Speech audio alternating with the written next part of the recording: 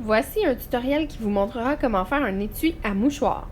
Alors, pour réaliser la pochette à mouchoir, vous avez besoin de deux tissus qui vont bien ensemble. Il va y avoir un tissu qui va servir à faire l'intérieur de la pochette et un deuxième tissu qui va servir à faire l'extérieur de la pochette. Donc, on a deux pochoirs comme ça qui vont nous servir à venir couper notre rectangle de tissu. Encore une fois, on peut utiliser soit la roulette en se servant d'une règle ou on peut venir tracer et par la suite découper au ciseau. Alors, une fois qu'on a coupé nos deux morceaux de tissu, celui pour l'extérieur et celui pour l'intérieur de la pochette, on va venir poser notre tissu endroit contre endroit. Donc, beau côté sur beau côté. Donc, le tissu, le beau côté sera à l'intérieur ici. Puis, on va se diriger à la machine pour faire une première couture ici sur le côté. OK, donc la machine est allumée. Je dois m'assurer premièrement que les fils sont vers l'arrière de la machine, que ma machine est bien enfilée, bon, qu'elle est allumée. Et je vais venir positionner le pied pour que le pied soit à égalité avec les bords. Donc, on voit ici que mon tissu est superposé, il est à égalité, les beaux côtés sont à l'intérieur. Donc, on vient descendre le pied ici. On va faire quelques points, puis ensuite, on va peser sur le bouton pour faire reculer l'aiguille. Comme ça, on s'assure d'avoir une couture qui va tenir très longtemps.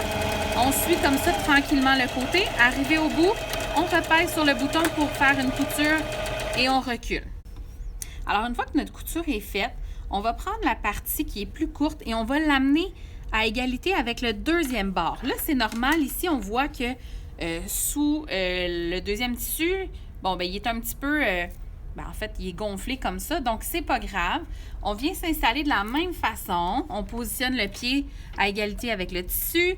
Et là, on commence tranquillement, on recule et on fait tout le long de notre tissu une couture. Une fois arrivé au bout, on recule de quelques points et on dépasse. Alors là, je trouve que mes barres sont quand même pas trop larges, donc je vais le laisser comme ça.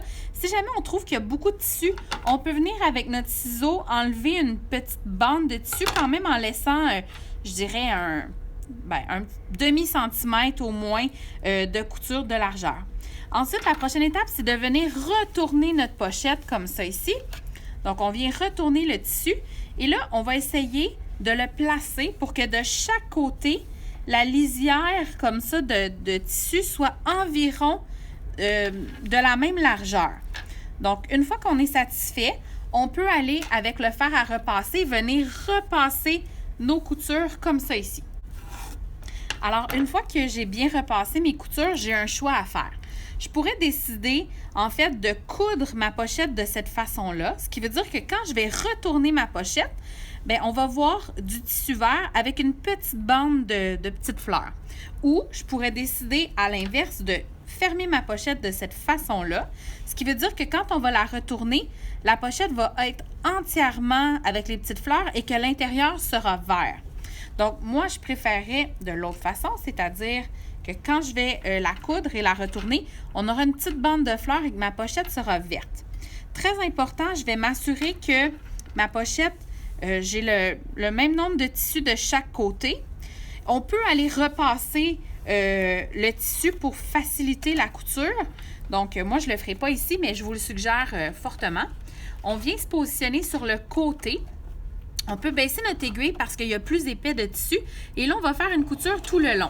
Donc, j'avance un petit peu, je vais coudre. Et là, je dois m'assurer que notre tissu ici est bien collé. Il ne faut pas qu'il y ait d'espace entre les deux parties de tissu. Donc, on peut y aller plus tranquillement. Et là, une fois qu'on a passé, on bouge nos doigts. Rendu au bout, on recule et on continue comme ça. On voit que la couture est donc faite ici. On fait la même chose de l'autre côté. Donc, on descend notre aiguille, on fait quelques points, on recule.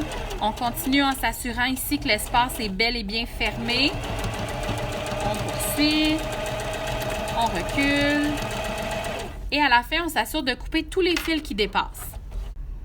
Donc, une fois que la pochette est cousue des deux côtés, encore une fois, si on trouve qu'il y a un excédent de tissu, on peut venir le couper. Moi, dans ce cas-ci, je trouve que ça va, donc je n'ai pas à le faire. J'ai bien coupé les fils aux quatre coins. Dernière étape, il nous reste qu'à retourner notre pochette. Donc, évidemment, on y va délicatement, on retourne notre pochette. Et là, on peut s'aider avec ses doigts pour aller bien pousser les coins vers l'extérieur. Évidemment, on y va délicatement au début. On retourne la pochette. Et pour s'aider aussi, on peut y aller avec un crayon. Hein, on voit que ça nous aide à faire ressortir les coins, comme ça ici. Et ça nous donne une pochette à mouchoir.